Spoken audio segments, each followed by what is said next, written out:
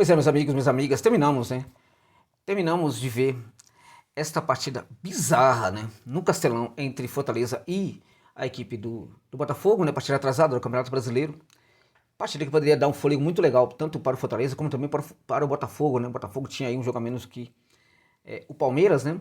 E se vencesse, ficaria numa situação bastante confortável, né? Foi uma partida bizonha, em que, na verdade, nenhuma das duas equipes merecia os 3 pontos, né? Essa é a verdade, né? As duas equipes foram muito medíocres, muito. Beirou o inacreditável, né? A gente, sabe, notar em alguns momentos da partida, sobretudo no final, o quanto as equipes pareciam descomprometidas com o resultado positivo.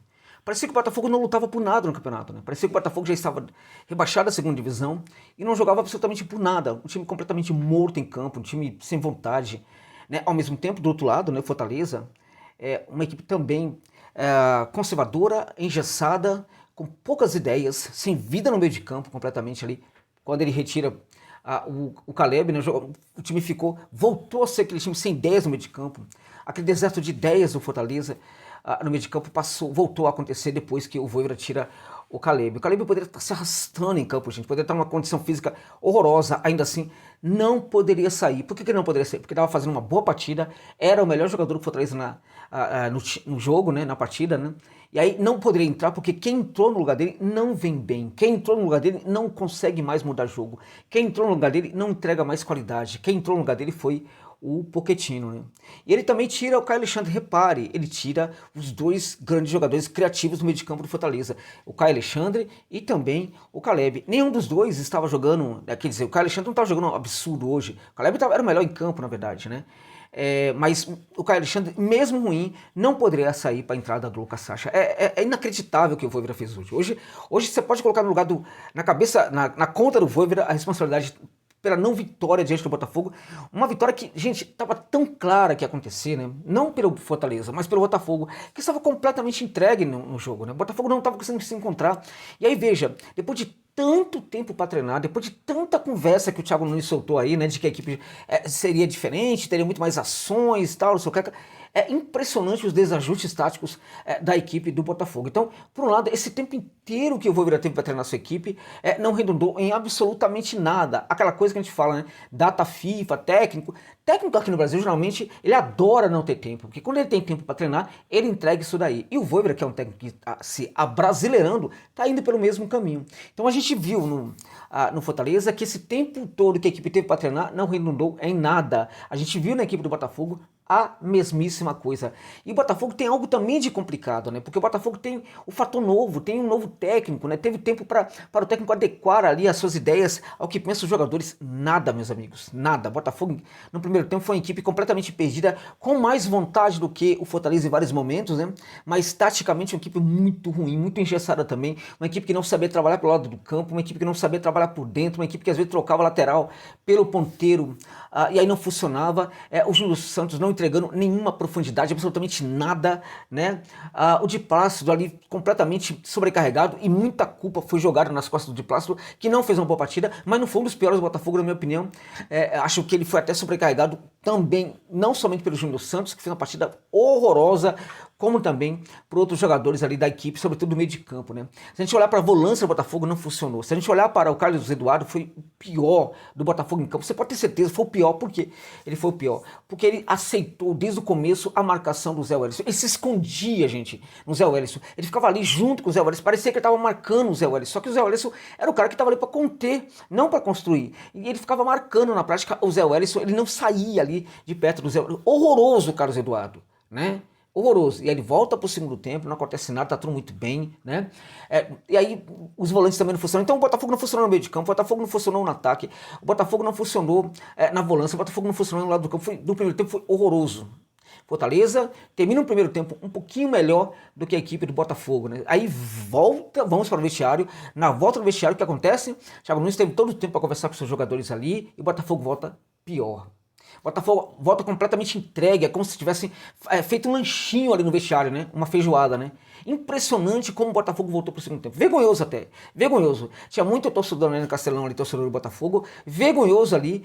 Inclusive uma grande ofensa aos próprios torcedores que estavam ali no estádio do Botafogo e também os torcedores que estavam vendo o jogo pela TV. Hoje realmente não tem o que falar do Botafogo. Hoje a equipe do Botafogo foi indigna. Esses jogadores foram indignos dessa camisa tão importante do Botafogo. E não tem desculpa. Agora, a questão é o seguinte. O técnico novo também não conseguiu gerar um fator novo, né? Porque, veja, quando a gente fala do cansaço, que foi claro hoje, foi muito claro aí dos jogadores do Botafogo no segundo tempo, esse cansaço ele vem da dificuldade de entender o próprio esquema, né?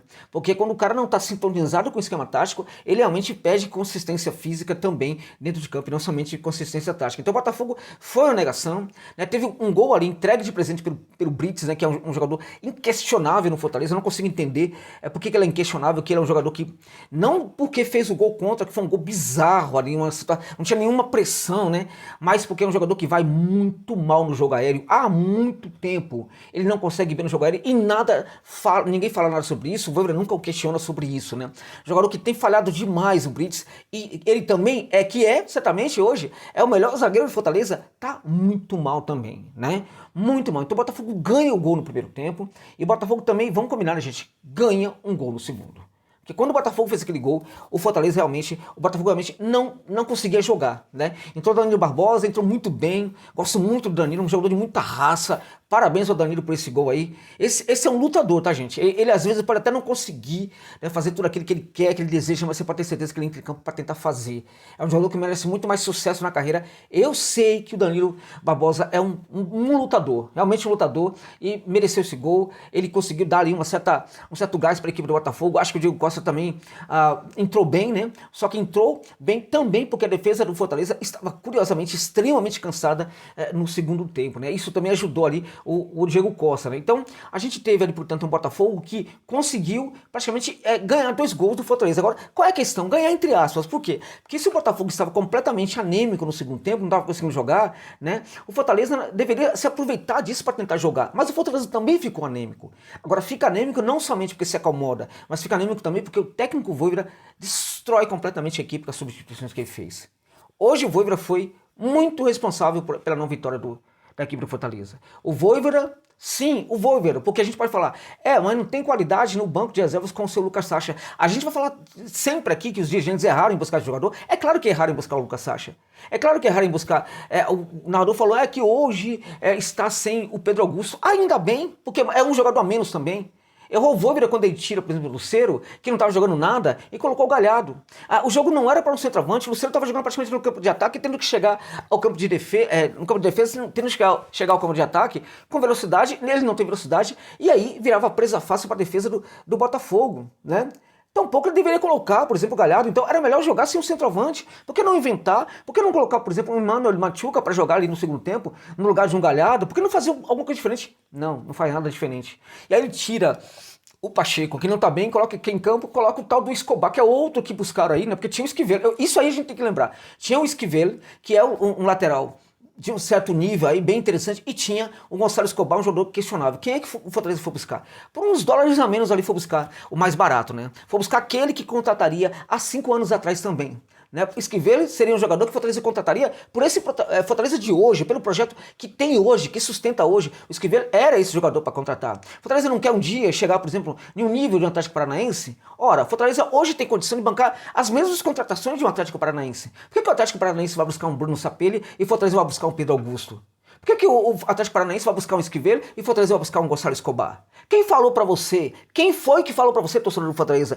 Coloca isso na cabeça. Quem foi que te falou que o Atlético Paranaense tem mais dinheiro do que o Fortaleza? Quem foi que colocou isso na sua cabeça? Quem foi que te contou essa mentira? O Fortaleza hoje tem condição de ir no mercado, olhar para um Sapelli e trazê-lo. Né? O que o Fortaleza fez? Foi lá e trouxe o Pedro Augusto.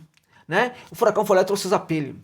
Fortaleza tem condição de mercado e buscar um Esquivel. O que o Fortaleza fez? Foi lá e trouxe um Gonçalo Escobar e o Furacão contratou o Esquivel. O Esquivel tá na seleção da Argentina hoje. E o Escobar? Escobar é o Escobar, gente. reserva do Fortaleza e jogador que quando entra faz o que fez hoje, nada, absolutamente nada. Então é claro que a gestão aí, de novo, vai entrar sempre em campo quando esses jogadores entrarem em campo e não fazerem absolutamente nada. Mas hoje o Voivoda foi além, hoje realmente ele assinou muito para essa derrota, ele foi muito mais importante para essa derrota do que a própria gestão do Fortaleza, né? Então o Fortaleza que podia ganhar de um Botafogo que estava praticamente sem conseguir jogar no segundo tempo, o Fortaleza simplesmente faz o quê?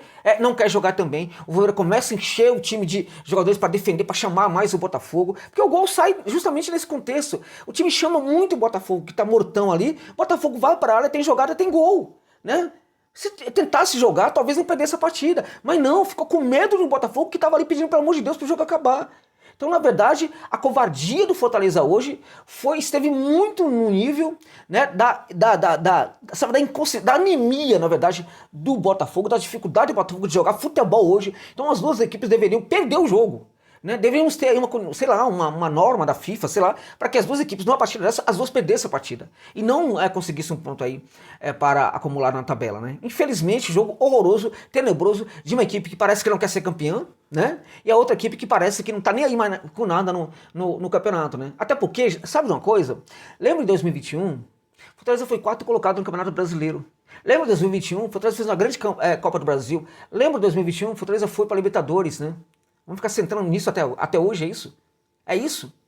Né? Porque, veja, quando o Fortaleza entrega o que está entregando hoje para as emoções dos seus torcedores, não precisamos ficar lembrando o tempo inteiro que tem um projeto bom. Não precisamos ficar lembrando o tempo inteiro que em 2021 o clube fez algo muito diferente. Né? Não precisamos, porque, veja, se ficar sentado naquela ali é por incompetência de tentar projetar e conseguir algo muito igual ou maior do que aquilo ali. Agora, se a gente sempre ficar trazendo aquilo ali, e quando é que a gente traz aquilo ali? Pô, José, eu não fico falando de 2021, eu não fico falando do título, você fica falando de 2021, você fica falando do quarto lugar de 2021, você fica falando que o time foi para a Libertadores em 2021 e foi também em 2022, você fica falando de tudo isso quando você fala que tá tudo bem. Afinal de contas, o nosso momento é muito bom. Né? Afinal de contas, o Fortaleza hoje vive um momento muito diferente do que era alguns anos atrás. Ora, gente, tá na hora de sepultar, sabe? As tragédias que marcaram esse grande clube de futebol brasileiro. Tá na hora de olhar para frente. Completamente. Agora, tem que pautar contratações à altura do que é o projeto hoje, porque contratações que estão chegando não representam o projeto de hoje. O banco de reserva do Fortaleza é vergonhoso. É vergonhoso. Né? O Voivoda vai para o banco para buscar jogador, para pensar jogador, é uma vergonha. Né? Jogadores que não conseguem entregar absolutamente nada. Né? Inclusive, vamos combinar outra coisa, né? Marinho é um fracasso no Fortaleza, né? É um fracasso, porque se o jogador ele entra no segundo tempo, depois que vários outros jogadores entram, é porque o técnico já não tem a menor confiança nele, né? O Marinho, né?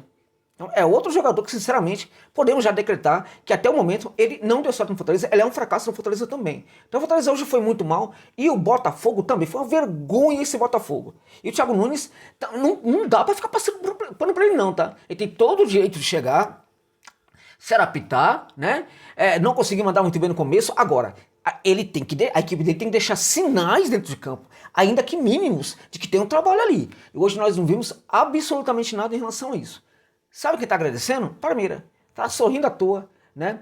Já acariciando ali o título do Campeonato Brasileiro. Porque o Palmeiras é um time que se coloca na situação para ser campeão, até em virtude de tudo que aconteceu com o Palmeiras nos últimos anos, o Palmeiras dificilmente perde o título. Né? O Botafogo se colocou na condição aí de ter esse título, mas também até em virtude de tudo que vem acontecendo com o clube nos últimos anos, né? Neste momento, a pressão está sendo muito maior do que a vontade de ganhar. E a pressão, gente, não é somente muito grande. O grande problema, na minha opinião, é a dificuldade de não se soltar dessa pressão, de se acomodar a ela, de se esconder nessa pressão. Metaforicamente, dentro de campo hoje, o jogador que representou tudo isso, né, que metonimicamente foi esse jogador, foi justamente essa situação aí, representou essa situação, foi o Carlos Eduardo, se escondendo na marcação do Zé Wellison, não querendo fugir, não querendo fazer absolutamente nada. O Carlos Eduardo hoje, em relação à marcação do Zé Wellison, foi o Botafogo em relação, por exemplo, à pressão para ser campeão, se escondendo na pressão e tá tudo bem. Né? A pressão é muito forte, eu não vou reagir, eu não vou tentar combatê-la, eu não vou tentar enfrentá-la. Porque ela é muito forte e eu já aceitei que a derrota em relação à pressão. A mesma coisa dentro de campo hoje foi o senhor Carlos Eduardo. É isso, meus amigos, é isso. Muito obrigado pela gentileza de estar comigo neste vídeo aqui até o final.